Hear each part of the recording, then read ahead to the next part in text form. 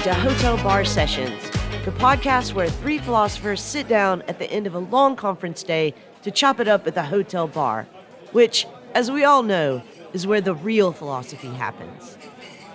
Hi, it's Jason Reed. Welcome to another episode of Hotel Bar Sessions. This week, I'm joined with my co-hosts, Lee Johnson and Rick Lee, and we're going to be talking about the history of philosophy. Before we get into that, let's get everyone's drink order and their rants or raves. So, Lee, what are you having, and what are you ranting or raving about? I think today I'm just going to have a dirty martini, and I'm raving about dad jokes.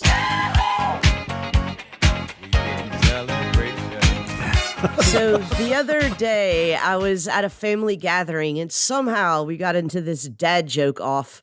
And they're so bad. They're really so bad, but so much fun. And I do want to share with you guys my new favorite dad joke, which is, what is brown and sticky? I don't know. A stick.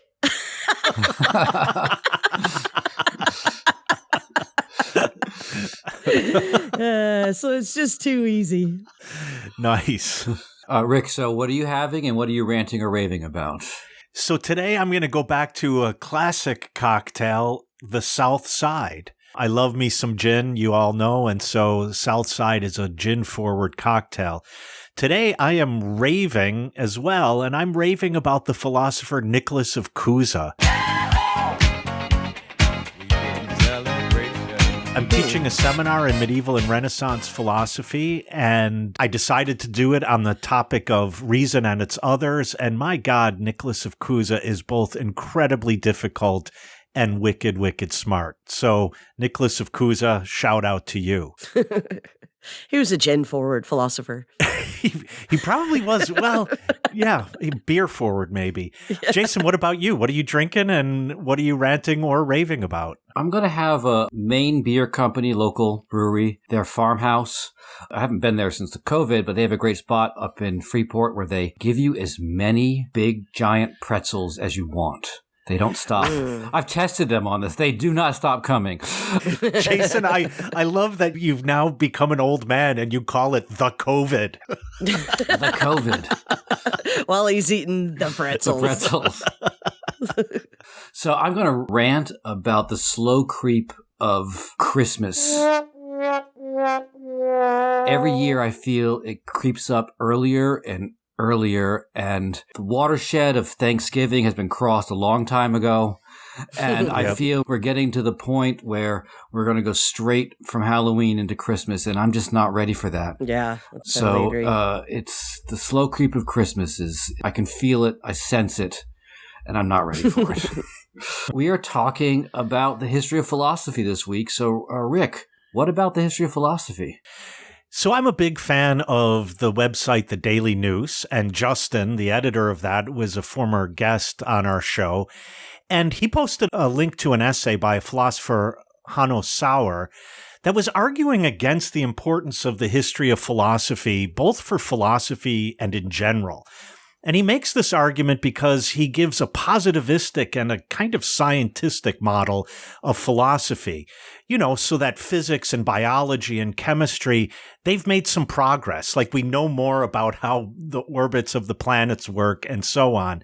They've made progress in all sorts of ways, and yet he wants to say philosophy has also made progress. We've solved some problems. We're no longer struggling with the same issues that Thales struggled with way back in the beginning. And I think if you look at the model of the sciences, you would say the history of philosophy is not important. No one in Bio 101 is struggling with Aristotle's biology or Linnaeus or Mendel. In chemistry, they're not teaching you the history of alchemy or the theory of phlogiston or even ether. And like in physics, they're not teaching you in Physics 101 Aristotle's theory about why bodies seem to fall or the medieval notion of impetus. And so the question is Sauer right that philosophy has similarly progressed? And if so, then he must be right that philosophy should leave its history really just to the historians. Or if he's wrong, then is there something philosophically relevant about the history of philosophy? Now, even if we leave Sauer behind, we can add that the history of philosophy is a history both of dead white guys, and it's also a history of the victors. So if the history of philosophy is ethno-centric and therefore racist, if it's phallo-centric and therefore patriarchal, why should philosophy continue to engage it?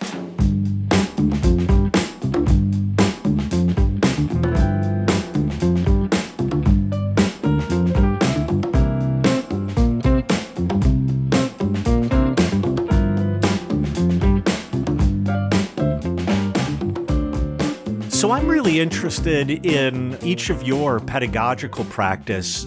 When you're teaching, do you teach texts from the history of philosophy? And I'm particularly interested in whether you bring in texts from the history of philosophy in courses that are not directed at the history of philosophy. So Lee, let me start with you. How do you engage, if at all, the history of philosophy? Well, I should probably start off by saying that most of the courses I teach are in moral and political philosophy or philosophy of technology or philosophy of film. So I don't teach the history courses, Right. the periods very often. But with that said, I always teach my courses historically. So yeah, in every single course, we begin with the ancient philosophers and work our way up to the contemporary period. I would maybe say that the one exception to that is in my philosophy of technology class. But even there, I'll still have a few people from the ancient world or the modern world, but we spend a lot more time, obviously, with contemporary thinkers. And I'm not sure if this is just because that's how I was trained, but I think for me, partially it's because it's important to understand the development of debates. Maybe this is where I disagree with Sauer, is that I'm not so positive that we've figured things out and, that we've just made so much progress that we can just leave things behind. I do think that there is a through line from questions that were asked in the ancient period to now and that haven't been answered and that maybe we've made some progress on, but I don't think that progress can be understood without understanding the history. Jason, what about you? Yeah, I teach the history of philosophy even in courses that are organized around topics like my politics of work class or even political philosophy. And part of the reason I do this is really it reflects two ideas I have about the history of philosophy, or what I'm doing when I teach history of philosophy. I think one thing I'm doing is trying to show how certain ideas held by certain philosophers have become more or less common sense in our culture, like certain ideas about work, the connection between work and property, but also the connection which you find in like Hegel, for example, of the idea that work makes us, forms us, is morally formative, that a person without work doesn't have the necessary self-respect and sort of social dimension to stand in society. So partly what I do on Teachers of Philosophy is to unpack and say, here's some things we already think, and here's how we've come to think them. But the other thing, and ties in with what Lee was saying, I think, is that there are also, I think, paths not taken in the history of philosophy. And this is where I differ very much from the positivistic sort of idea of like we figured some things out. We've maybe let some ideas go by the wayside that are worth reconsidering. In the case of the work example, that would be ideas about alienation and exploitation that maybe aren't as much a part of, although I think they do still play a role in popular culture and our popular sensibility around work, but their articulation is not part of the official discourse around the way work is talked about. So it's that dual task of both figuring out how we got where we are, and it's also figuring out that there are other possibilities because, as you were saying, there are winners and losers even in the history of philosophy, and sometimes the losers had some really good points. What about you, Rick? I mean, you're our resident historian. I'm assuming that you teach the history of philosophy in all of your courses. Yeah, so I am an historian of philosophy for sure, and my specialty is medieval philosophy, which I noticed both of you flew right over the Middle Ages, just right from antiquity to Descartes, as if there's nothing happened over there. Guilty. So probably for that reason, it's unsurprising that in all of my classes, I teach the history of philosophy. I have to say that I have taken lately in my, let's say, intro class to teaching figures from the history of philosophy, but not in historical sequence. So in my intro class that I'm teaching right now, we started with Plato's Apology, and then the very next text we read was by Hannah Arendt. Then after Hannah Arendt, we read Thomas Aquinas, then Enrique Dussel.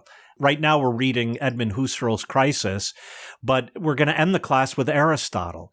And one of the reasons I do that, and I never thought about this, Jason, until you said it, but I think I do want to make some of these ideas more current, make the concepts and arguments that otherwise we might say, oh, in the olden days, people used to think this nonsense, and now we are so much smarter. I want to bring Aristotle into conversation with Cornel West, and I want to bring Hannah Arendt into conversation with Thomas Aquinas, as if they're all living.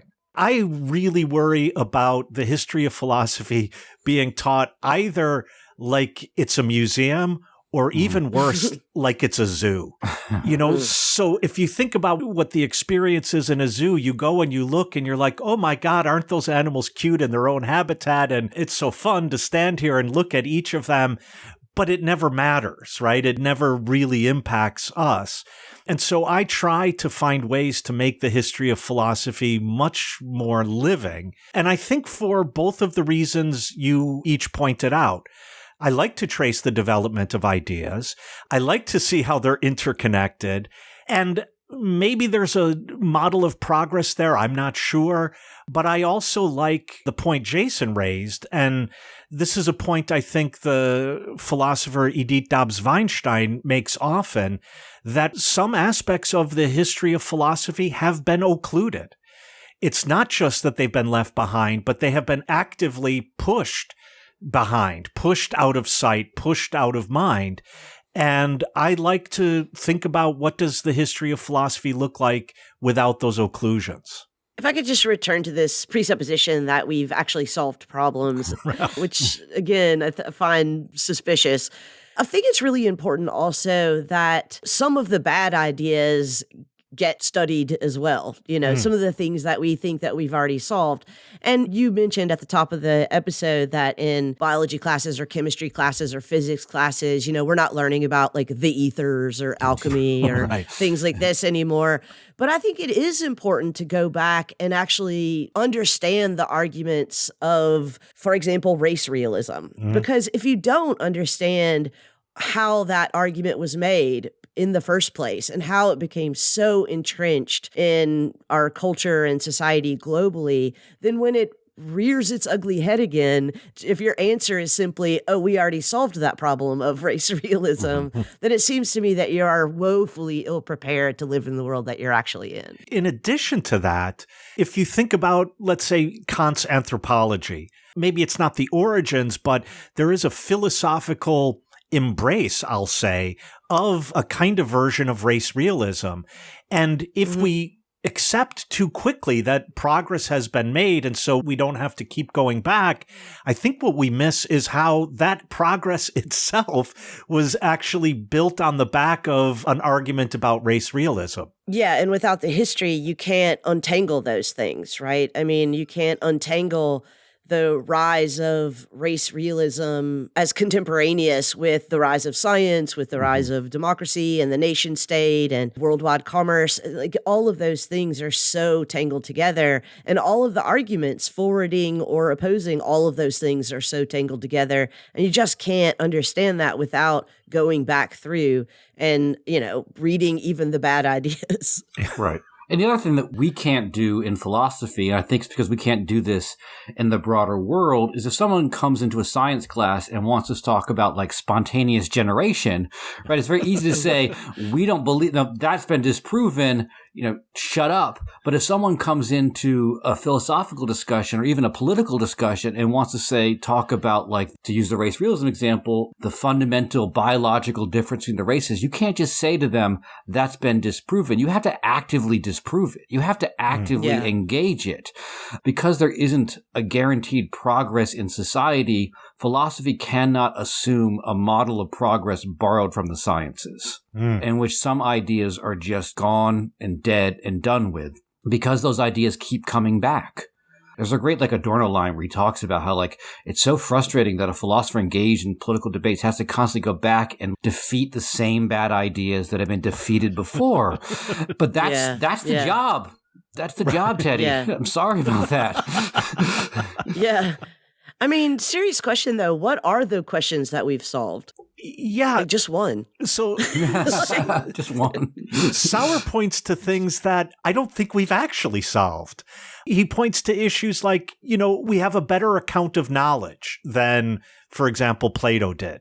We have a better account of the mind than, for example, Descartes did. Do we? Yeah. Well, I mean, so clearly to say that we have a better account presupposes that you affirm as true a position that, for example, the three of us probably would argue against. And so when Sauer says that progress has been made, there's an assumption about positions that I think is not at that point a philosophical assumption. I think it's something like a belief and bordering on a religious belief. Yeah, I mean, this seems like a kind of sneaky move, but I don't see how you can say something like progress has been made without acknowledging the importance of the history of an idea. Right. But, so I mentioned Husserl's Crisis because I'm teaching it in my Philosophy 100, and it's the text we happen to be on right now. And one of the arguments he makes in that text, which I find really fascinating, is that the problem confronting philosophy is precisely the fact that sciences have become more and more positivistic.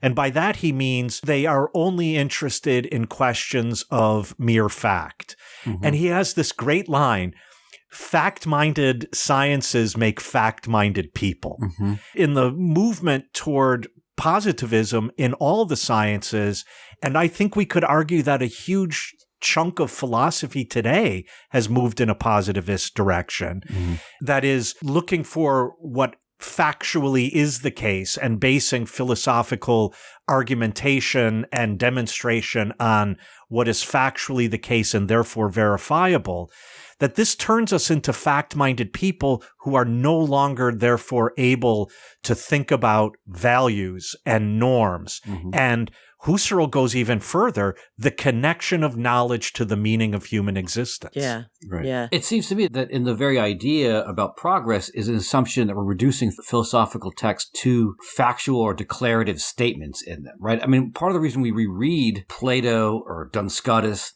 threw in a medieval for you there, and other writers is not just because they lay out some propositions about I think X or X is whatever, but that they have a mode of writing and engaging in a mode of thinking that may also be of interest. I mean, part of the history of philosophy is that over time, different elements of different philosophy rise in importance, right? Sometimes people are very interested in a particular argument, but then as time moves on, people are like, oh, they're more interested in other aspects, so that these philosophers, because they write, they make more than just a set of claims. They also construct a way of thinking about the world. And there's a kind of richness to this that a reduction to the claims to a fact-minded way of thinking about things is always going to miss. There's more to Descartes than, mind-body dualism. Right. There's also what he's wearing in his dressing gown. And and thinking animals are robots and other weird stuff. In the first season of this podcast, we did an episode on the philosophical canon. And one of the things that kind of came out in that conversation was how the change in the nature of the university has itself pushed, let's say, the humanities to model themselves more on the hard sciences, to be more positivistic. And at one point, universities were basically just finishing schools, right, for the propertied and wealthy. And now, 2022, they're practically Votech schools, right? So the role of the university is not to create a good moral agent and a good citizen. The role of the university is to create a utile worker. And so in that sense, the fact that even the least utilitarian of maybe this is not fair, but I think philosophy is not really meant to be so utilitarian, but the least utilitarian of our disciplines now suddenly feels a necessity to prove that it's making progress, that it has solved certain problems, and that it can therefore do away with its history and send out people who have the right answers, the right facts. On that point, Lee, earlier you said that the argument that there has been progress, or that another way to put it, maybe without progress, is that there are settled issues in philosophy.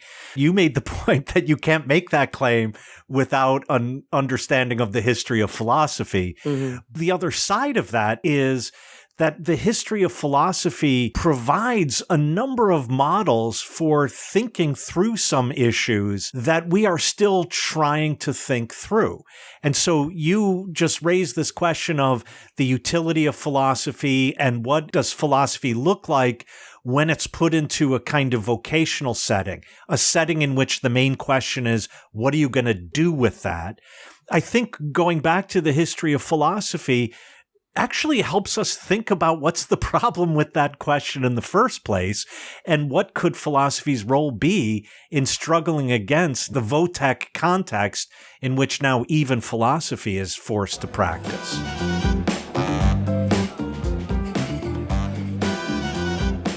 Hey listeners, we've got 3 quick asks from your hosts here at Hotel Bar Sessions.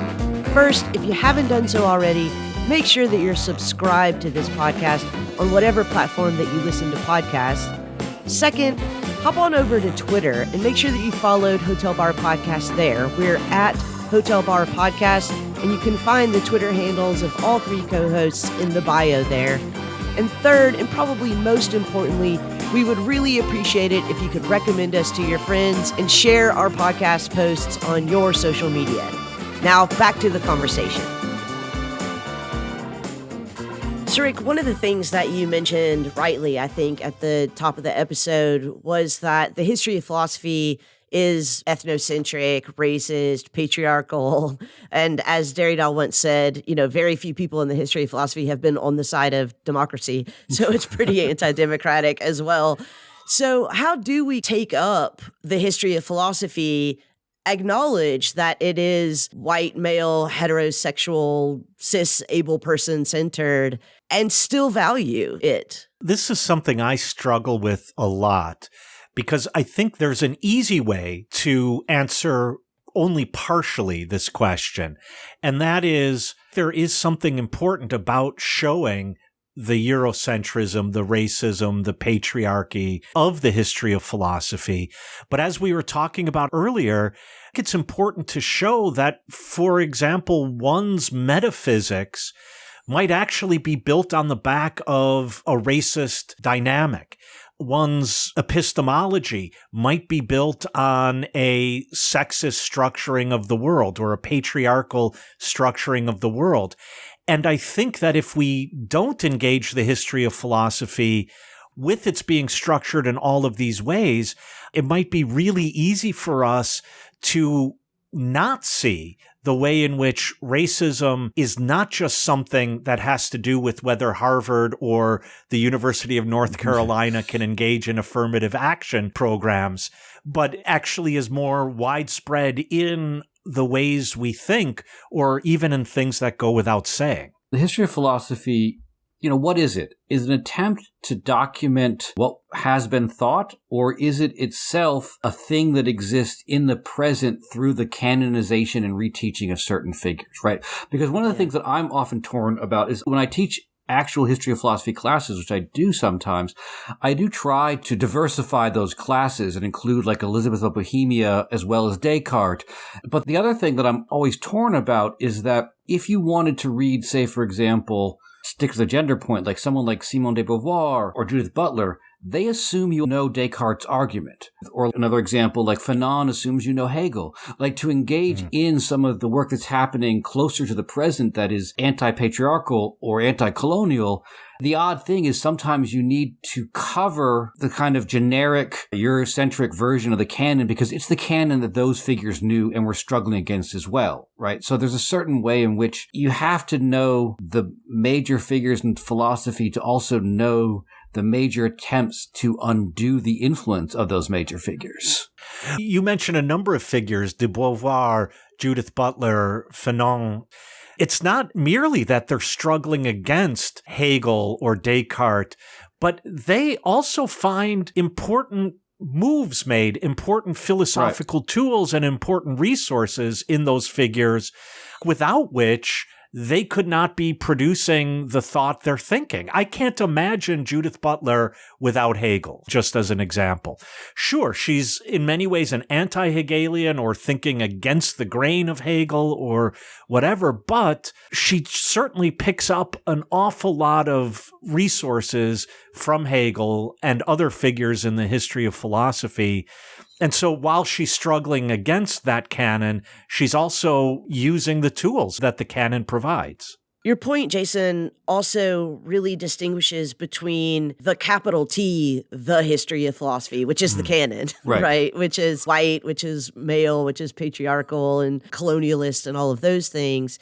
And then the history of philosophy, which could include a lot of figures that the capital T history of philosophy, the canon, has left out. And I think that probably a lot of us, at least I hope that a lot of us who are trying to be conscientious about this do in our classes, is that we go back and we try to do exactly as Jason said, find non-canonical historical figures that can enrich really those conversations and show that despite what it might look like from a glance at the canon, Black people and women and queer people have actually been thinking important things about meaning and value for a long time as well, and often had those things stolen right out from under them by the guys that are in the canon. I've been really influenced in this direction by the philosopher Christia Mercer, who is a Leibniz scholar, but has been working for the past several years on bringing contributions that women made in the early modern period into our discussions about male early modern philosophers that we're more accustomed to reading. And one of the things she keeps pointing out is we need to focus on how it is that the history of philosophy gets written. For example, Descartes did not occlude Elizabeth of Bohemia or Christina of Sweden, for that matter. Leibniz did not occlude Anne Conway. In fact, Leibniz called Anne Conway the greatest philosopher England has ever produced. So what Christia Mercer wants to uncover is, how was it that then the next step in the history of philosophy wrote those women out of the modern period? How is it that when you take, and I have like probably 6 different versions of anthologies in medieval philosophy, you will not find a text by a single woman in any of those anthologies. And one of the points Christia Mercer makes is that we seem to make neutral decisions about genre. So we don't treat mystics in philosophy. We don't treat letters as authoritative texts in philosophy. And those seem like neutral genre decisions, but they're actually gender decisions. So in not treating mysticism in philosophy, we will not treat any woman who was a thinker in the Middle Ages. In excluding letters from consideration as non-authoritative texts, we are excluding the contributions of women by and large in early modern philosophy. And I find that argument incredibly compelling. Yeah, at the same time, I do think it's important, though, for those absences to be glaring absences for students, for example. Sometimes it is to say, like, look, these people were talking to each other. They were not talking to you. They were not, they were not thinking about you. They were not talking to me, and they were not thinking about me. So if the questions that they ask seem curious, I remember Charles Mills saying this in a lecture one time. It's like, only a white man could possibly ask himself the question, does the world outside of me exist? Right? Like, the women and slaves and, nobody else would ask themselves that question. And so I do think it's important sometimes to say, I'm not going to try to pretend like these weren't the dominant debates of the day, and that the people who were not included with them, I want them to be visibly invisible. And I think by making that invisibility visible, you sometimes show that those philosophers, in making women invisible, in making people of color invisible, in making queer folk invisible, and so on, that they're often going against the grain of their very own thinking. Oh, yeah. That a philosopher who's interested in freedom, like, let's say, Kant, ought not to say the things that he in fact says about South Sea Islanders or people from the continent of Africa. And so I think sometimes letting those glaring absences shout in their absences helps us to take that philosopher more seriously than I think sometimes they take themselves. It also points out where we've gone wrong before and continue to keep going wrong. I mean, Rick mentioned that he has several anthologies on his shelf from the medieval period that don't have women authors. But you know what? Most of your anthologies that came out last year don't have women authors, right? Most of the anthologies that will come out next year won't have women authors. And if we don't understand that this is not a new thing, right? That there's a whole ideology about what counts as philosophy, who counts as a philosopher, what counts as serious work, what counts as worthy of compiling and maybe entering the canon one day. All of that has deep patriarchal, racist prejudices behind those selections. Then, we're just going to keep making the same mistakes. That to me is the biggest thing about the importance of the history of philosophy. Like, I don't think we've made a lot of progress. I'm not sure we've answered any questions, but we could sure at the very least stop making the same mistakes. And that's not progress. That is not progress.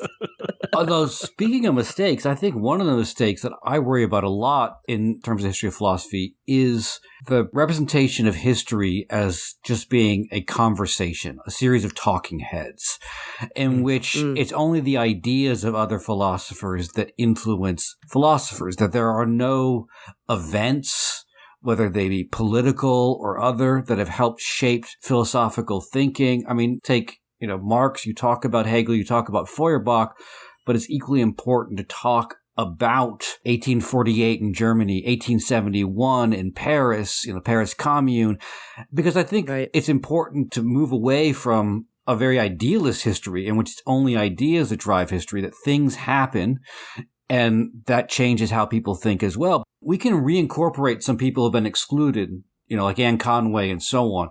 But at the end of the day, there are people who are just irretrievably lost, right? People whose words were never written because they didn't write or they weren't seen as worth preserving. People whose thoughts are just gone. I think one way to both keep the absences there, but also to some extent acknowledge them, is to situate the history of philosophy within history more. We might not know the thoughts of everyone who participated in the Paris Commune, but that the Paris Commune took place did shape and change as Marx's thought about revolution and its possibilities. Every philosopher was reacting not just to what other people had written, but to what was going on around them. And by acknowledging what's going around them, we can get to the lives that were not written to some extent. I think this is a really important point, Jason, and I really like your emphasis that we have a less idealist, a more materialist account of the history of philosophy. But I would just add to that, it's not just historical events that we need to be reminded of, that these philosophers weren't just talking heads engaging only with each other's ideas. They were also in bodies, right? That with real lives. I mean, nobody could write like Nietzsche unless they were sick a lot, unless they were in pain, like actual physical pain a lot. And that's important. And their relationships and their economic status. I mean, nobody could write like Locke unless they were filthy rich, I mean, that's just, we just have to get back to, exactly as you said, a more materialist account. And I think that actually makes the absences more noticeable, more visible, and explains why they're absences. But here I have to get partisan, because I think what drives Sauer's argument against the history of philosophy is his own training. And Lee, earlier you pointed to the fact that you teach history of philosophy maybe because of your own training. But I mean, let me just be blunt. I think that analytic philosophy treats all philosophical texts as if they are merely vehicles for arguments. And so then I can take up the arguments, I could judge their validity or invalidity, And then I just walk away with their conclusions. Descartes is a mind-body dualist. Hegel is an absolute idealist, and so on and so forth. One of the things I like about the way in which I was trained, so in the continental European tradition, is that I was trained to actually read texts and read them not merely as vehicles for arguments, but also as texts. Now, you're all thinking, what the hell does this have to do with what we were talking about before? Well, Jason already mentioned that in Descartes' Meditations, he says, I'm sitting here in my room by the fire in my dressing gown. And then, a few moments later, or maybe it's the next day, I'm not sure, he talks about looking out the window and seeing people going about their daily lives. And he doesn't know if it's people or if they're just hats and coats walking by. Yes, but Lee, this goes to your earlier point. The dude is embodied. Right. In the meditations. And not only is he embodied, and I think this goes to what was between your point and Jason's point, he's embodied in a certain class. He's embodied in a certain social position. He's embodied as male. And all of that, he goes out of his way to make present in a text, the argument of which is to make that absent. Right. And so there's a way in which, if we're more careful readers of the history of philosophy, we can come to see not just historical events, but what we might call the historical context. What would it be like for someone who is an aristocrat in, 16th century England to write philosophy? What is it like for someone who is a mercenary soldier in 17th century France to write philosophy? And I think if we're more attentive readers, we can begin to bring those voices that have never been heard into our very doing of the history of philosophy in this incredibly materialist way. Texts are material things. Right. Just to stick to the Descartes point again, because he also says, I think this is the Discourse on Method, he praises city life, and he praises it because he says, I can get whatever I need, but no one knows me. He likes both the fact that it has all of the necessities and there's an anonymity to it. So in a weird way, Descartes offers his own socio-historical genesis of the cogito. Like, you can only see yourself as an absolute separate human being given, this is Marx's line in the Grundrisse where he says, it's only in a highly developed society do we see ourselves as having nothing to do with each other because we can occlude our own social dependence because it comes to us in the form of commodities, not the form of social relations. So Descartes weirdly gives us a socio-historical genesis of the cogito as being part of a creation of early urban life, which allows you to see yourself as a mind separate from your body because your body's so well taken care of by your material conditions. Yeah. See, and I then want to say to people like Sauer, why the history of philosophy? Because it's really fucking interesting.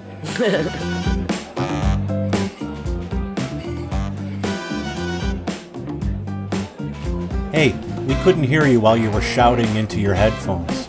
So if you have feedback or suggestions for future topics, or if you just want to pick a fight with one of our co-hosts, or in fact all of us, just visit us at www.hotelbarpodcast.com and click on the interactive page. If you want to belly up to the bar with us, at least virtually, you can always email an audio clip to hotelbarpodcast@gmail.com.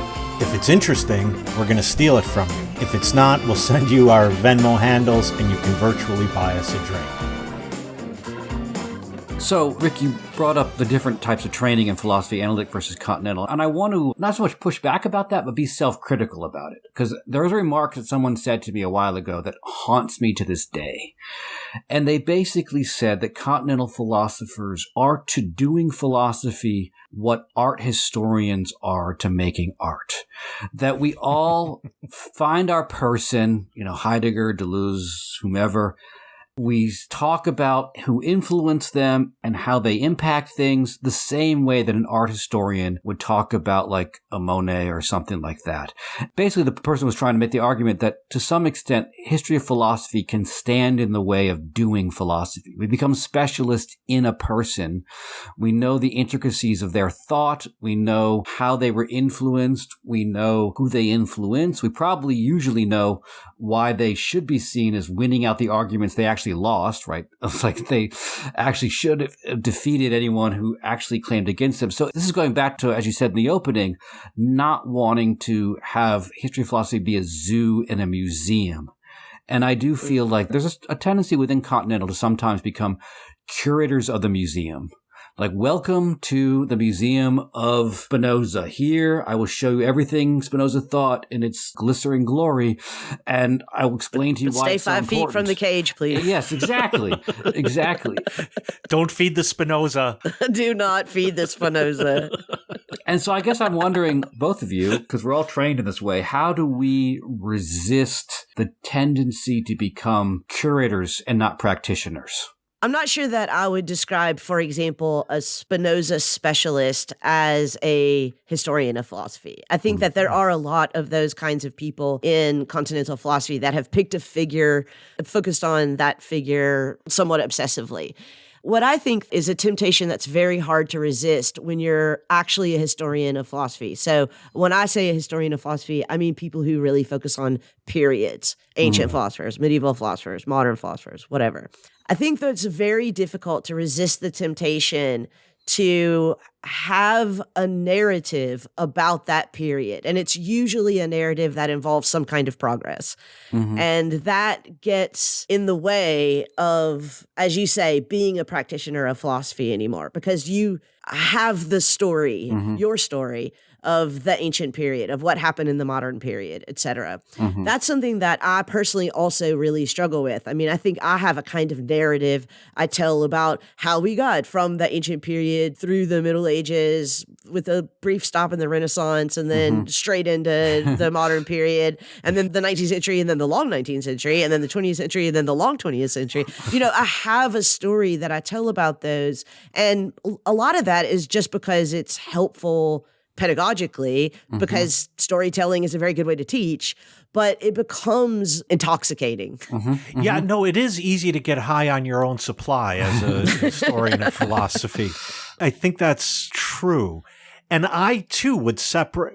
Well, actually, now this is really interesting to me because it seems one could be influenced by Spinoza in the sense that you could open the Ethics and you're reading along and you think, oh my God, this changes the way I think about power relations, or this changes the way in which I think about the relationship between imagination and mirror images and truth.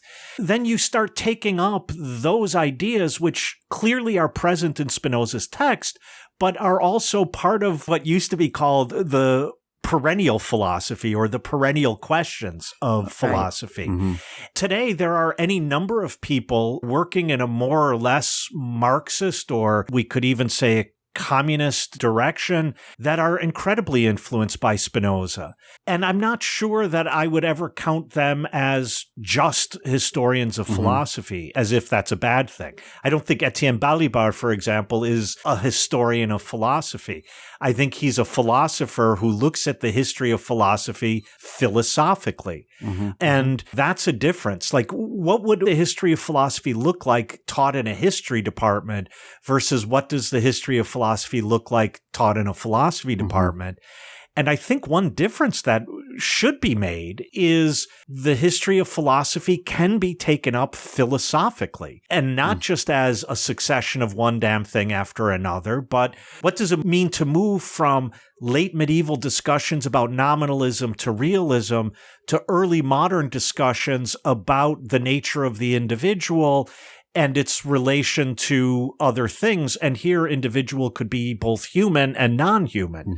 That's a way of taking up the history of philosophy, I think, philosophically, rather than having a neat story and I get high on my own supply. But don't you think it's the case that, again, this is part of the training that all of us got in continental philosophy? Like, I don't consider myself a historian of philosophy, despite the fact that every single one of my classes is organized basically according to the history of philosophy. But if I were to compare myself to some of my friends who are, say, analytic metaphysicians, I'm definitely a historian of philosophy, right? Like, you know, I mean, and like to them and to me, I would consider myself a historian of philosophy. I have this one friend, I mean, bless his heart, I love him and he's a great philosopher, but I'm pretty sure he thinks philosophy started in like 1905 or something. Right. And, just literally doesn't know, has never read anything prior to the 20th century. A history of philosophy is just not important to this guy at all. And maybe for some of the reasons that Sauer points out, but that the history of philosophy is important to me does not make me a historian of philosophy. I would say that I would not call Derrida a historian of philosophy. But if you asked me to think of somebody who knows the history of philosophy better than almost anyone else, it would probably be somebody like Derrida. Oh, I was sure you were going to say Rick Lee. It was a close race. He got you by a nose. But I think that's just back to your point, Rick, is that because Derrida understood not only the practice of doing philosophy as necessarily historically informed, but also the reading of the history of philosophy as part of what doing philosophy is. Right. That is to say, treats the history philosophically. I think, given my specialty in medieval philosophy, one of the reasons I would say I'm a historian of philosophy is because I have a lot of skills that are frankly not philosophical. I can read medieval manuscripts. I know about how books were produced. I read widely a number of figures that I'm sure none of you have ever heard of. Like right now, I'm steeped in a text by Nicholas Bonetus. Yep, not heard of him. See?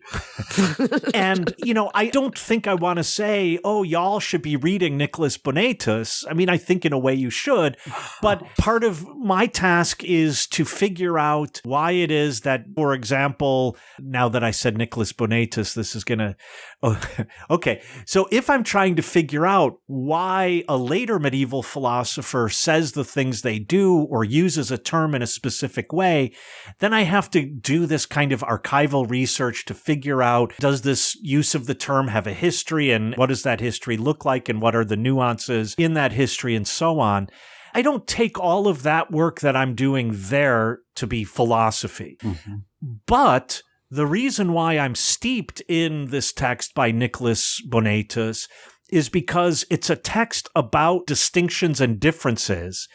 And I think that a lot of philosophers in the 20th century make certain assumptions about what difference is and how it operates that I think, frankly, are a little flat-footed.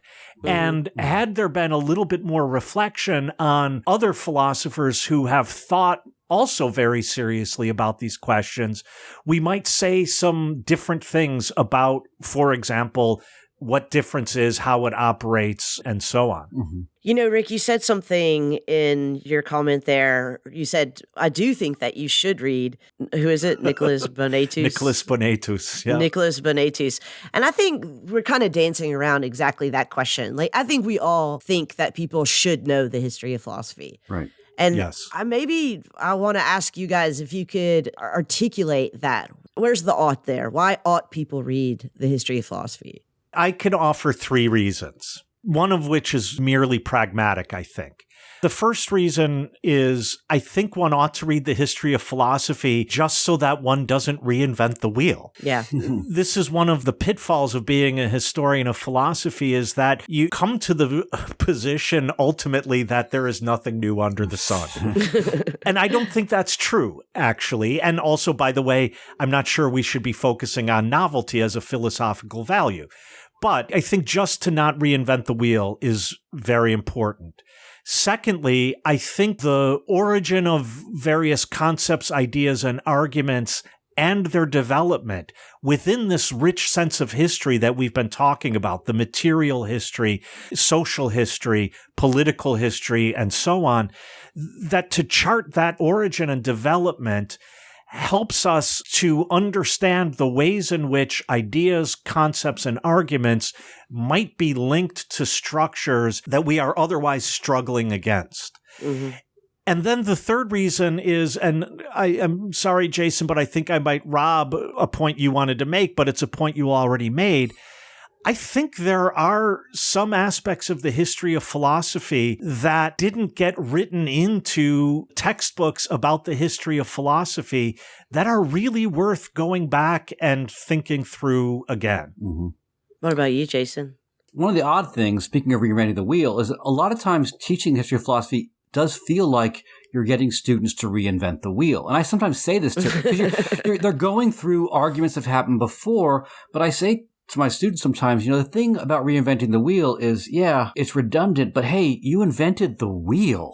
There's a certain way in which, as you go through and figure the stuff out for yourself, it is important for you to figure the stuff out for yourself, to go through and see some of these movements. Now, I'm going to go back to the same thing I said at the beginning, which is sort of Foucault's point that you have to understand what thought silently thinks so that it can think something different. That's, for me, part of the idea of the history of philosophy, to both recognize the way in which our everyday concepts, as Gramsci says, come with a great deal of baggage.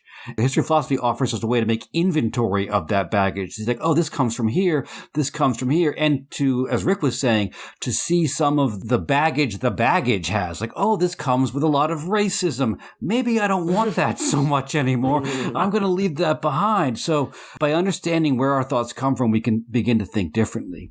But I also think that within learning the history of philosophy, there's always two things that are going on that I think are interesting. Lee, you mentioned the story we tell, because if you pick up a survey history of philosophy book, it'll talk about these different philosophers in terms of, as we've been discussing, really their conclusions, right? Blank is an idealist, blank is an empiricist, blank is a liberal, blank is whatever. And it'll give you kind of the currency of the realm of like the way these philosophers are often talked about. Yeah.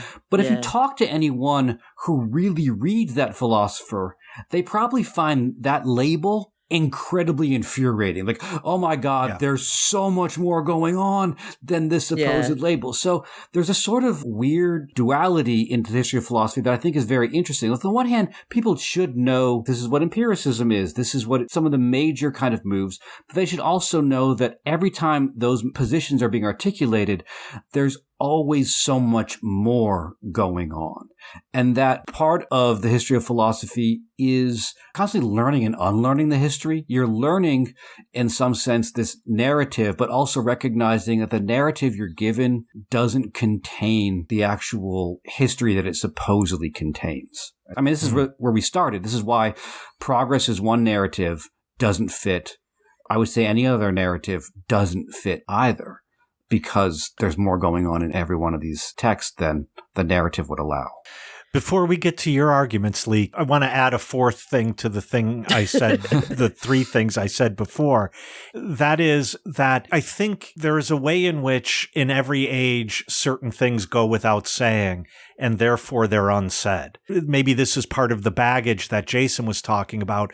It's very difficult from the present to understand what our own baggage is, but we can come to a little bit of a clearer idea if we start reading the texts of someone who inhabited a different world.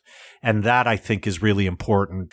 But Lee, what about you? What are your arguments for engaging the history of philosophy? I mean, I have a short list. It's really only two, and it in some ways is a restatement of things that you've already said, but I agree with Jason. I think one reason that we ought to read the history of philosophy is so that we don't end up with this cartoony version of thinkers. Maybe this is also going back to the zoo example, right? That if I only take the surveyist's account of a figure, then I do get a kind of cartoony version of that figure. Just like if I go to the zoo and I only see the panda when it's sitting out there taking a nap and looking cute, and I don't see it when it's, like got diarrhea or when it's like being an asshole or whatever, and it's a much more complicated and messier story. So I do think the only way that you can get that is to go back to the texts themselves.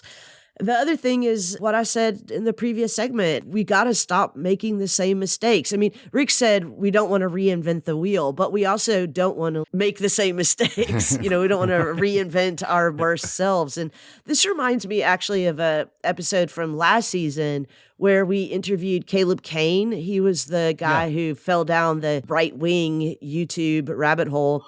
And one of the things that really struck me when we were talking to him was how he was describing sort of at the height of the Trump movement was the height of the energy he felt in this alt-right world. And then Charlottesville happened. And he said, I didn't really believe that there were really Nazis out there. He's like, I saw them, but prior to that, I just didn't think that Nazis were real. And now he says, now I know they're real and they're on my side, so I'm probably on the wrong side, right? But I thought, and I've thought this a lot during the Trump years, how can people not see? We're less than 100 years from these exact same discourses happening in the exact same way, where you have the rise of fascism, the rise of anti-Semitism, the rise of a certain oppressive patriarchal state.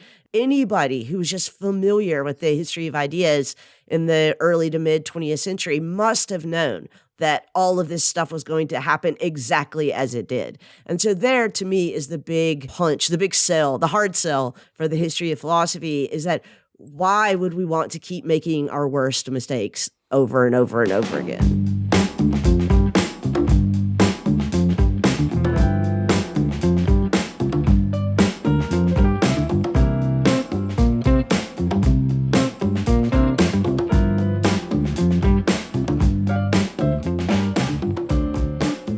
Well, guys, it looks like our bartender has flicked the lights and given us last call. But before we go, Rick, you need final parting thoughts on the history of philosophy? I think lying behind our entire discussion of the history of philosophy was really a discussion of what exactly is history. What does the word history mean in this phrase, the history of philosophy? And I think in many ways we have been engaging as much the history of philosophy as we've been pushing back against a positivist notion of history itself, so that one can't argue against someone like Sauer about whether the history of philosophy matters without arguing against the notion of history that underlies his argument, and to show that perhaps there is another sense of history. And if we take up this other sense of history, then perhaps the history of philosophy is not only important, but the most crucial aspect of philosophy itself. Nice hard sell there, yeah. Speaking of hard sells, listeners, if you want to help support this podcast, you can go over and visit our Patreon page at patreon.com/hotelbarsessions. It really does help us out a lot if you could sign up for one of our patron levels there, and we will definitely give you a shout out here on the podcast when you do. But with that said, we need a cab because, dad joke, we're history. Is it still a dad joke if you announce that it's a dad joke before? How long have you been sitting on that? How long have you been sitting on that? About 47 minutes. All right, for that joke, the cab's on me. All right, catch you guys next time.